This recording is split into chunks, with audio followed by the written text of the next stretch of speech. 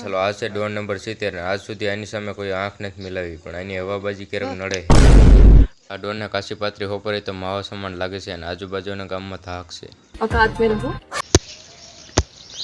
એટલે ઠપ કર્યું બધા જાગો છો ને, તો ચાલો મહેશભાઈનો વિડીયો આવી ગયો છે, કોઈ સૂતું નહીં હોય. મગર ક્યું? ચાલો આ છે ડોર નંબર 70. તેનું નામ સાંભળીને છોકરા ઘોડિયામાં બેઠા થઈ જાય, ગલોડિયા પાછા બખુલમાં ગરી જાય. તો રામ રામ ભાઈ સારાને, તો નવા બ્લોગ વિડીયોમાં આપનું હાર્દિક સ્વાગત છે. ચાલો એ પેલા ડોર નંબર 70 ના ગામમાં દૂધ નેડવા જવાનું છે, એટલે કેન ટીંગાડી દીધું ને હાલો ફ્રી ગેરમાં ડોર નંબર 70 ની ગાડી પકડતા નેશનલ હાઈવે તરફ હાલવા માંડી. ચાલો આ છે વાડીનો નેશનલ હાઈવે અને આમાં જો ગલતી છે ગાડી ફાંકી એટલે 1.5 કિલો ગારો છોટી જાય. ડેલો આવી ગયો છે ને, જલ્દી ફોર્ચ્યુનર ને કાઢો, હાથ ડેલો ખોલી નાખી. ચાલો દૂધ નેડીને પાણીમાં સાટા ઉડાડતા વાડી તરફ હાલવા માંડી.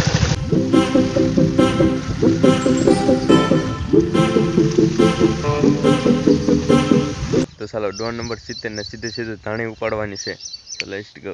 તો ચાલો ડોર નંબર 70 ને આ જો તુરમાં ગરકી ને હાલવાનું એવી રીતે. અહીંયા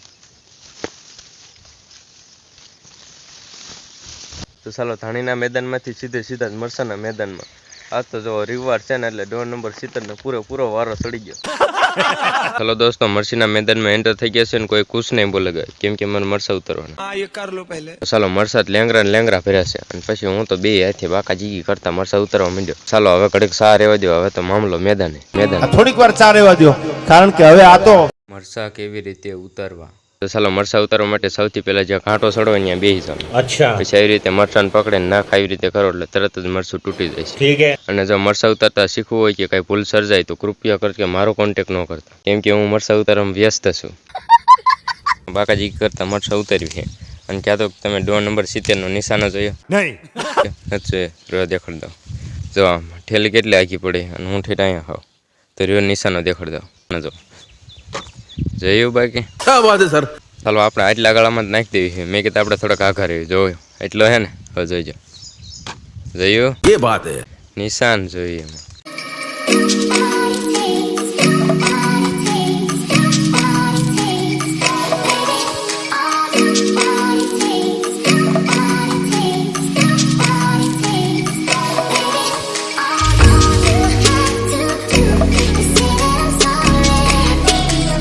चलो फाइनली गाइस आखी ठेली भर नाखी है.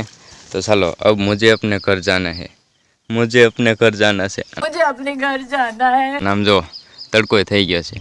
તો ચાલો લેટ્સ ગો. ચાલો અથાક પરિશ્રમ બાદ મરસા અને બીજી સાઈડ ધાણી ઉપર નાખી છે. ઓલું ગીત કાક નીકળ્યું તો માટલા ઉપર માટલો, એવી જ રીતે દોથા ઉપર દોથો જબલમ નાખવા માંડ્યા. તો ચાલો હવે તો લાઈક શેર સબસ્ક્રાઇબ બનતા है. ચાલો જબલાન કસકા બંધથી બાંધવા માંડ્યા. લ્યો इतना चुभने लगा हूँ सबको, जबलू साथ नहीं देतो. ચાલો જબલાની એમ કેમ કરીને કાંઠ વાળી દીધી. તો ચાલો હવે કાંગારૂ લેસન સાથે નાનકડી એવી કોમેન્ટ કરી નાખો.